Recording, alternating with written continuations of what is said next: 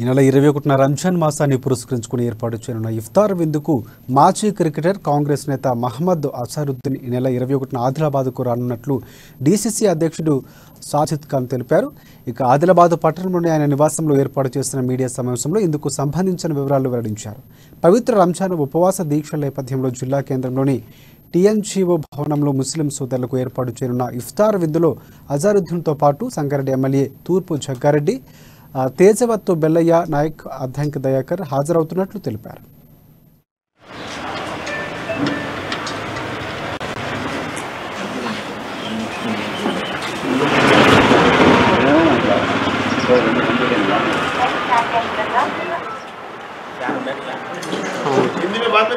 ఈ నెల 21 ఏప్రిల్ శుక్రవారం రోజు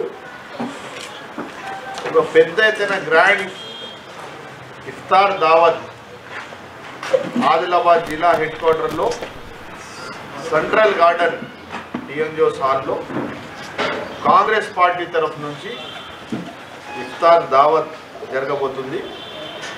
దానికి ముఖ్య అతిథిగా మాణిక్రావు ఠాకరే గారు, ఏఐసిసి ఇన్ఛార్జ్ గారు, రోహిత్ చౌదరి గారు, ఏఐసిసి కార్యదర్శి నదీం జావీద్ గారు, మరి అజరుద్దీన్ గారు క్రికెటర్, మాజీ కెప్టెన్, అట్లనే అద్దంకి దయాకర్ గారు, బల్లయ్య నాయక్ గారు, మరి జగ్గారెడ్డి గారు, దసరాకి ఎట్లా అలై చేసుకుంటాం, రామనవమి అందరం కలిసి చేస్తున్నాం, అట్లనే శివాజీ మహారాజ్ జయంతి అందరం కలిసి చేస్తున్నాం, జై భీమ్ బాబాసాహెబ్ అంబేద్కర్ జయంతి అందరూ కలిసి మెలిసి చేస్తాం. కాంగ్రెస్ కల్చర్ ఇది.